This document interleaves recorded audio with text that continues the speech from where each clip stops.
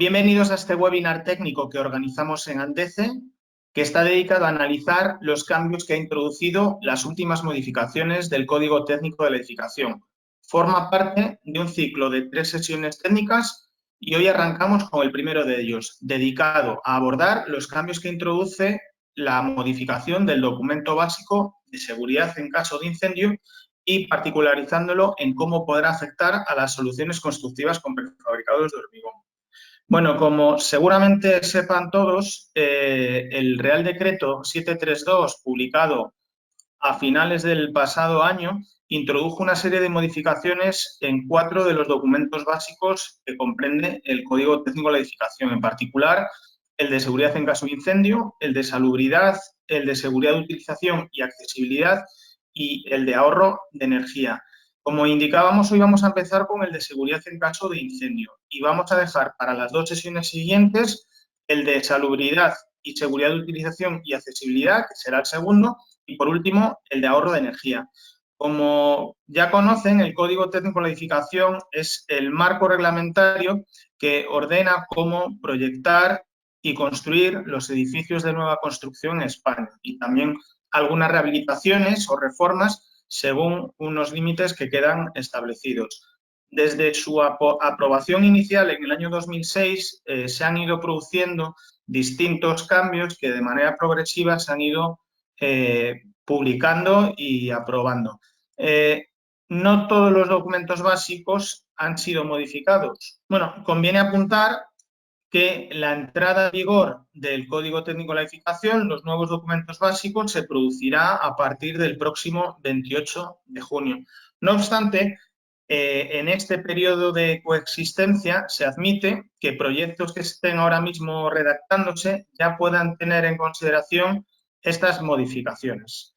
También hay que apuntar que en el caso de los edificios industriales, muchos de los cuales es un campo de aplicación importante para las soluciones constructivas con prefabricados de hormigón, especialmente las estructuras y los cerramientos, en estos casos están regidos por el Reglamento de Seguridad contra Incendios en Establecimientos Industriales y que al final de la sesión vamos a hacer un apunte al respecto. Bueno, esta tabla que observan aquí, que es de elaboración propia, viene a indicar el grado de modificación y cómo aplica a los distintos elementos y sistemas constructivos referidos a cada uno de los documentos básicos que se modifican. Vamos a arrancar con el de seguridad en caso de incendio.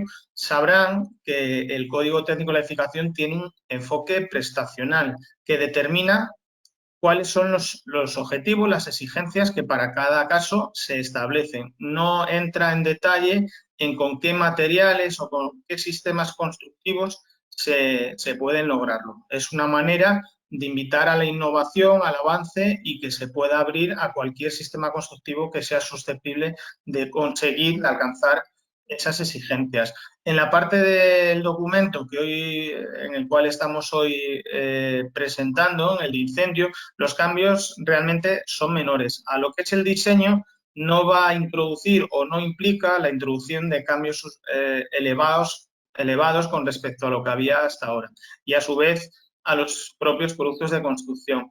¿A qué sistemas constructivos afectan? En particular, este documento básico se centra únicamente en las fachadas.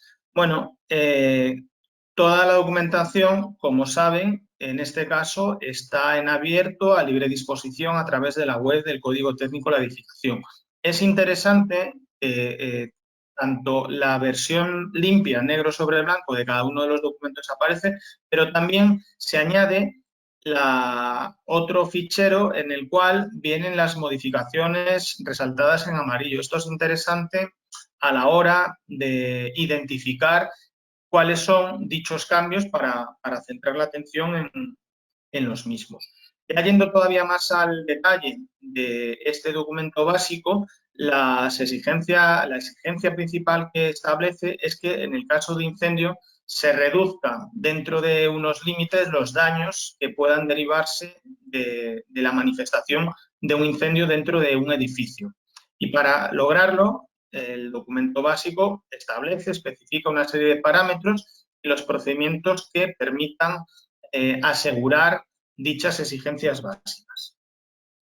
¿Cuáles son los cambios que introduce el nuevo documento básico? De manera general, como ya vienen haciendo otros documentos básicos, las normas en las cuales se apoyan van evolucionando, van cambiando y se ha hecho una revisión profunda de las normas que venían anteriormente referidas. Hay que recordar que la anterior versión de este documento básico era de 2013. Lo mismo sucede con los laboratorios de ensayo y el marco de acreditación, que actualmente es el Real Decreto 1072 del año 2015. Luego, en cuanto al contenido, cómo está estructurado este documento básico, hay 6 secciones básicas y una serie de anejos. Vamos a ir analizando individualmente. Hay estos 3 que aquí aparecen: evacuación de ocupantes, intervención de bomberos y resistencia al fuego de la estructura. No presentan ningún cambio, es decir, se continúa igual que hasta ahora. En las secciones de propagación interior, instalaciones de protección contra incendios y en algunos de los anejos no hay cambios relevantes, pero sí que hay alguna ligera modificación, especialmente en cuanto a las referencias normativas. Y la única sección que realmente introduce cambios de calado es la sección 2, la de propagación exterior. También conviene recordar cómo está estructurado la propagación exterior de un incendio que se pueda generar en el interior del edificio. Lo que se persigue es que quede confinado y no se transmita a otros edificios colindantes. Y para ello se divide en 2 partes, una relativa a las exigencias que deben de satisfacer medianerías y fachadas y, por otro lado, las cubiertas. ¿Y cuáles son estos cambios? Pues vamos todavía más precisando. Lo que se cambia realmente son ciertas exigencias de reacción al fuego que deben de cumplir los productos que se instalen en la fachada, a fin de evitar la propagación del fuego al exterior. También conviene aclarar ciertos conceptos. Bueno, aquí vienen los 3 flujos o 3 caminos habituales que toman los fuegos, los incendios, cuando se desencadena en el interior del edificio, pero nos vamos a quedar sobre todo con la imagen de la derecha, que es aquellos incendios que por cualquier fuente se desencadenan y a partir de ahí se expanden. Estos son los más habituales. ¿Cuáles son los factores que pueden afectar a la hora de propagarse un incendio a lo largo de una fachada en sentido de abajo arriba, vertical? Pues hay distintas causas. Esto de alguna manera complica a la hora de hacer simulaciones o hacer ensayos que asemejen las condiciones de ensayo con las condiciones reales. Subrayamos aquí la importancia, o para que se vea un poco de forma relativa, la importancia que tienen los materiales que en este caso forman parte de la fachada a la hora de limitar o propagar el incendio en la misma. Es una parte más, pero no solamente hay que tener en cuenta otros aspectos como aquí aparecen. También conviene aclarar ciertos conceptos que todavía hoy creemos que no están suficientemente claros. Muchas veces se tiende a confundir la resistencia con la reacción al fuego.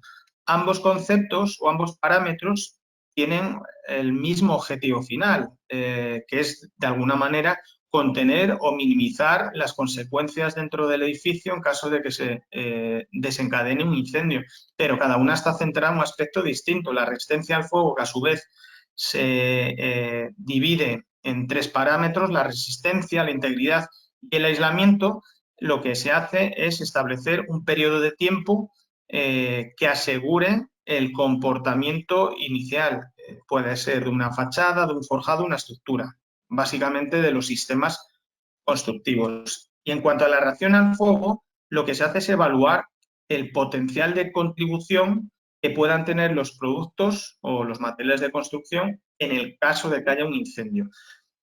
La reacción al fuego, a su vez, se divide en 3 parámetros. Hay una clasificación principal que va de A1 a F, que determina el grado de combustibilidad que tenga el material. Pero hay además dos conjuntos de indicadores adicionales. Uno es la de generación de humos. En el caso de que haya un incendio, hay materiales que producen un mayor contenido de humos o menor contenido de humos. Esto también se mide y se clasifica el material según la contribución que tenga al respecto. Y por otro lado, la posible producción de gotas o partículas, ya sean inflamadas o no inflamadas, que también se establecen 3 clases al respecto.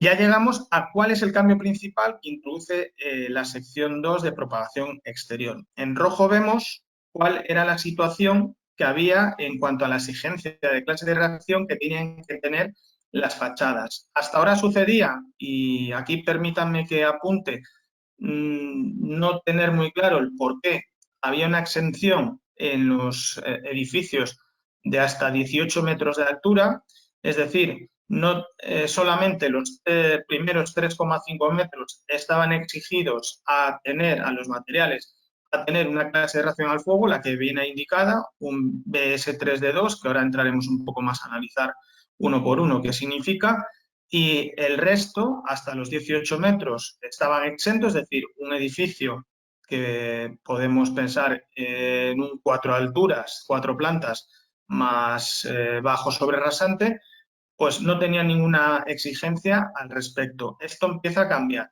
A partir de ahora ya todos los materiales de fachada, independientemente de la altura, tienen que garantizar una clase de reacción al fuego mínima. Y aquí se establecen 3 escalones. Hasta 10 metros, edificios de 10 metros, que pudiera ser un unifamiliar o hasta 2 alturas aproximadamente, se establece una clasificación de S3 de 0. Si nos vamos yendo hacia arriba a edificios de hasta 18 metros, se va elevando, se va incrementando hasta CS3 de 0, y si ya vamos a edificios de más altura de 18 metros, se eleva todavía más a BS3 de 0. Pero vamos a ir uno por uno analizándolo para que vean un poco la diferencia. Lo primero que hay que apuntar es que el único parámetro que varía es la clasificación principal.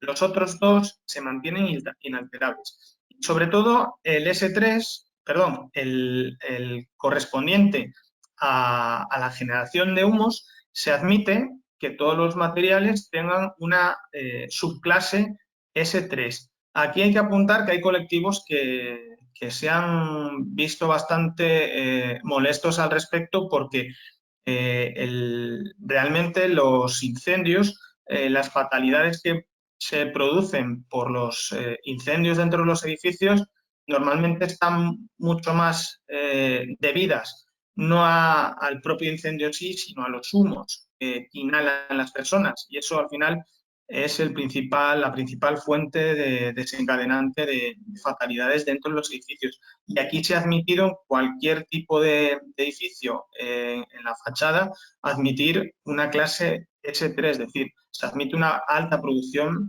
de humos, y esto no ha sido, pues como indico, muy bien acogido.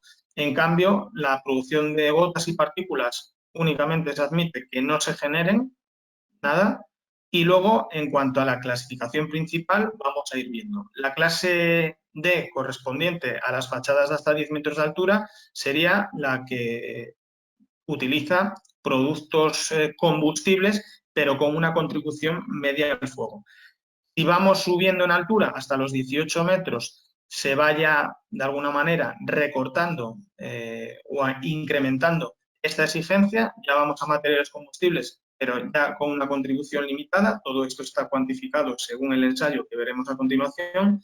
Y ya si nos vamos a edificios de mayor altura, a partir de 18 metros, se eleva todavía más y se llega a materiales combustibles, pero con una contribución muy limitada al fuego. ¿Y cómo se obtiene la clase de reacción al fuego? Pues como en la mayoría de las normas, se admiten dos posibilidades. Una de ellas es a través de ensayo. La norma que se utiliza es la norma europea 13.501-1, que clasifica los productos de construcción en cuanto a la clase de reacción al fuego, y de alguna manera lo que se pretende es simular el comportamiento real que tendría el incendio en unas condiciones, como digo, reales. Ahí vemos una imagen de una muestra, en este caso un muro hecho con un bloque de hormigón, ensayado en un laboratorio acreditado para medir dicha característica. Y la otra posibilidad, que es la generalmente empleada, es tomar un valor directo, especialmente en aquellos productos no combustibles que directamente la reglamentación implica el uso de una clase no combustible, es decir, una clase A1. Y ahí quedarían incluidos, entre otros materiales de construcción, todos los hormigones con alguna salvedad que veremos ahora.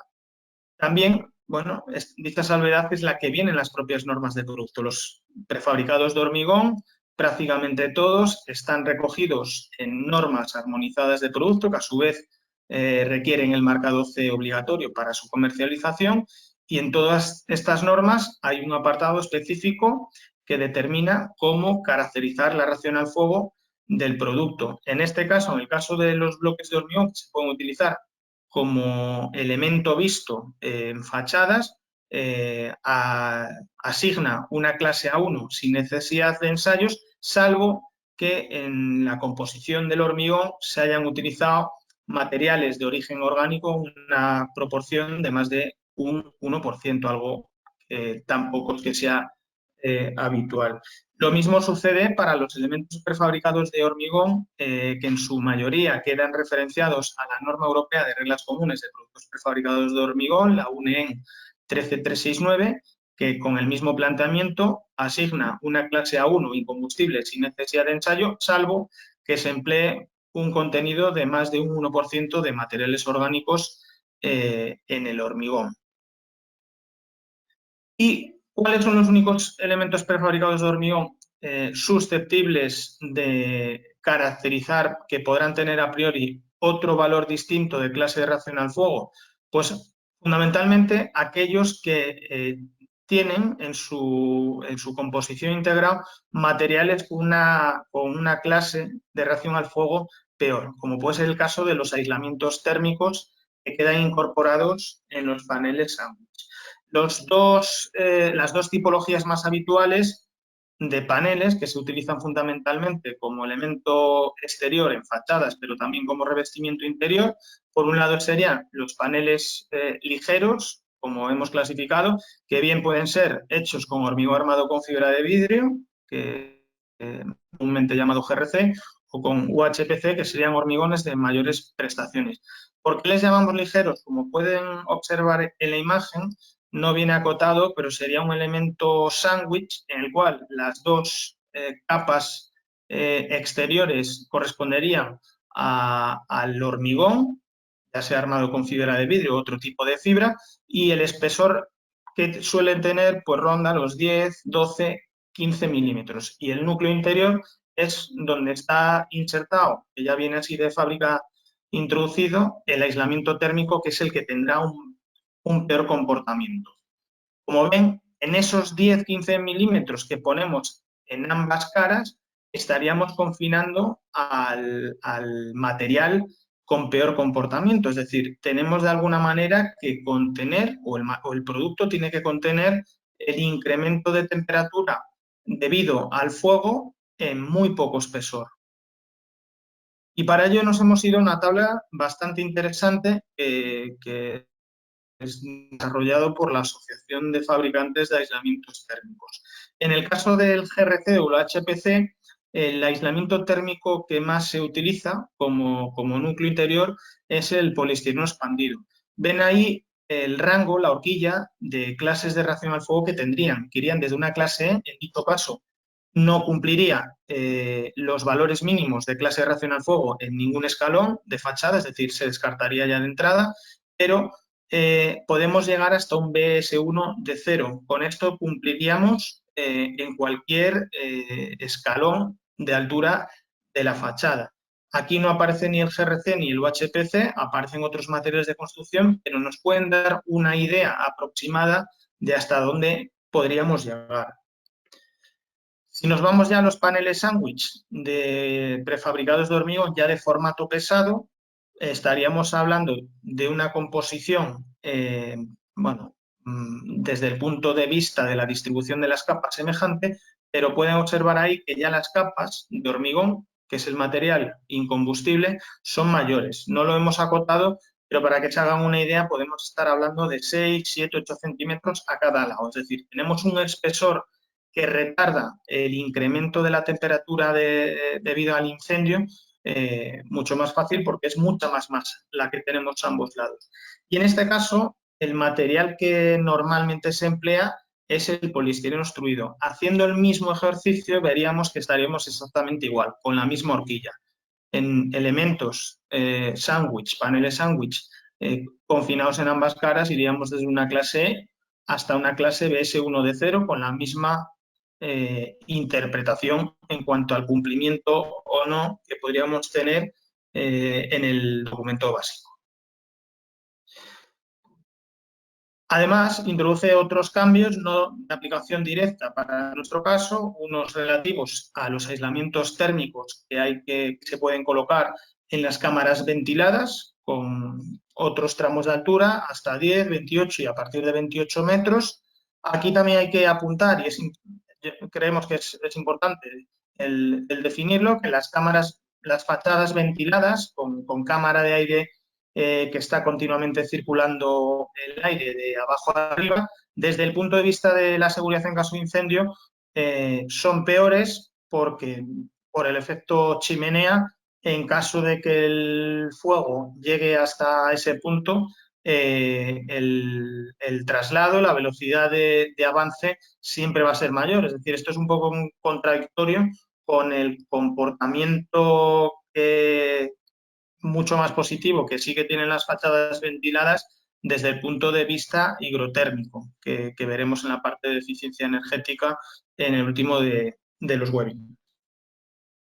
Y ya para ir terminando esta sesión, es importante añadir toda la documentación aclaratoria que facilita la aplicación del Código Técnico de la Edificación dentro de la página web del Ministerio. Existen distintos documentos con preguntas frecuentes que ayudan a una correcta interpretación y luego hay unos documentos de apoyo. Hemos destacado este que aquí aparece, que permite ayudar a hacer una justificación adecuada relativa al uso de productos de construcción en lo que respecta a sus características de comportamiento al fuego. Viene señalado el link por si alguien tiene interés al respecto. Y como indicábamos al principio, se da la casualidad que actualmente el Ministerio de Industria ha lanzado una consulta abierta al público en general para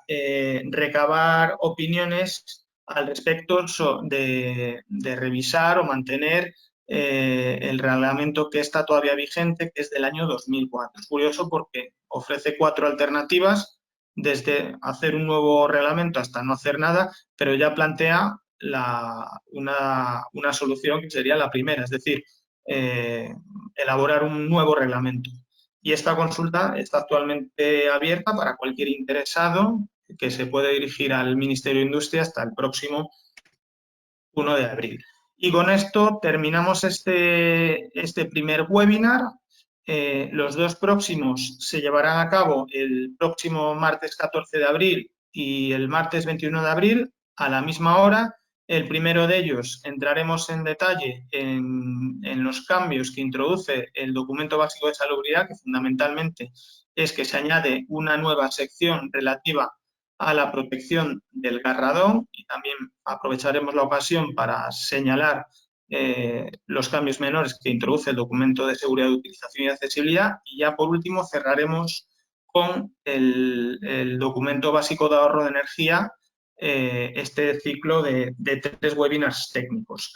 También una vez terminemos de celebrar estas videoconferencias, aprovecharemos la ocasión para el lanzamiento de la revisión de la guía técnica de ANTECE relativa al Código Técnico de la Edificación, versión todavía vigente y disponible del año 2009 y que ya aprovecharemos todos estos cambios para publicar una nueva versión que estará disponible en nuestra página web. Con esto llegamos al final. Muchas gracias por su atención Y nada, les animamos a visitar nuestra página web y en caso de que tengan cualquier duda pueden dirigirse a nosotros al email que aparece en la pantalla. Un saludo y hasta la próxima.